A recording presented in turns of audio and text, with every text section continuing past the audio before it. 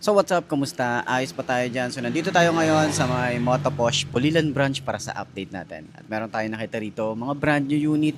Katulad nito, update para dito sa ating Motoposh Boss 125. Alamin natin yung presyo at yung specification kung sulit nga bang bilhin ngayong 2026. Tara, samahan nyo ako. Walk around natin to. Ayos na ayos yan. So ayun nga mga boss, no, available nga po dito ng dalawang unit din ng bagong Boss 125 ng Motoposh. Meron silang dalawang kulay black. Napansin natin dito is yung decals niya nandito na lang sa side na to. Okay, so hindi ko pa rin alam kung ilan pa yung available na colorway nitong Boss 125, pero available po rito ng kulay black na glossy. Ayan, dalawang unit po yan. So ayan, sa mga nagtatanong ano yung specification nito, nandyan sa screen nyo, nasa may side ng screen nyo. Okay, para at least dun sa full specs ng mga nagtatanong nito. So upuan natin, ganito ang itsura niya kapag naka side stand. Para sa 5'2" na kagaya ko, abot ba natin ng Boss 125? Yan, so napansin natin dito, bukaka din siya, same nung sa last time na Typhoon. Okay, bukaka din siya, pero magaan yung motor, tsaka wide, naka wide yung ano niya, handlebar niya. So malaki ang sakop niya rito. So, yung sakop natin na kailangan natin i-maintain yung ito. Okay? So, ganun yung ano niya. Hindi katulad ng mga ibang motorcycle. Parang maliit lang din. Ganyan. Pero ito, malawak. Kagandahan din is yung kanyang headlight is naka LED na rin naman tayo rito. May handle grip, guard. Parang grip na ano dito, na harang or guard. Okay? So handle guard, parang hindi ko alam kung ano tawag doon, comment nyo na nga lang.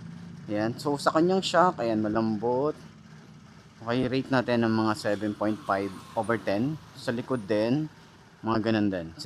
Same lang yung rate natin dito. Pero turning radius, malawak din siya, pero may space pa tayo rito. Para sa legroom natin, may space pa tayo dyan. Okay, so magaan yung motorcycle. So sa tingin nyo, sa mga ganitong mga pang beginner, pwede kaya to. Pero ito kasi is semi-automatic, hindi siya de-clutch. Okay, semi-automatic siya. So ayan, sa tingin nyo sulit nga bang bumili ng ganitong motorcycle ng Motoposh Boss 125? Comment nyo naman yan. At doon sa lahat ng mga nakagamit na ito, baka pwede nyo i-share dyan sa comment section ano yung mga nag-experience nyo, ano yung mga naging issue nyo, para at least aware din yung iba na gustong bumili ng ganitong motor. So yun lang, sana nakatulong tong video na to. Ayos na ayos siya. Center stand natin. Okay, madali din ba siyang i-center stand? Kasi may mga motorcycle talaga na mahirap i-center stand. Pero ito, okay naman. Goods naman siya. Magaan din. Ayos. Hindi lahat ng kayamanan nasa presyo ng motor. Minsan, nasa kwento ng rider. Galing sa wala, ngayon may direksyon.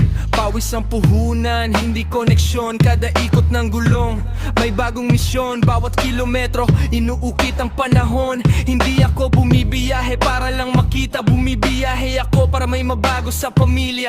Gasolina man ang nauubos sa tangke. Pag-asa naman ang laging napupuno sa dibdib. Sabi nila, maliit lang yan, ordinaryo, pero di nila alam dito nagsimulang pangarap ko. Hindi sukatan ng bag sa harap, ang tunay na halaga nasa pusong lumalaban. Hindi lahat ng rider naghanap ng bilis, may iba naghanap lang ng bukas na mas maayos. Motoposh, kasama sa laban ng bawat Pilipino. Hindi lang motor, kundi tulay sa pangarap na totoo. Kahit mahaba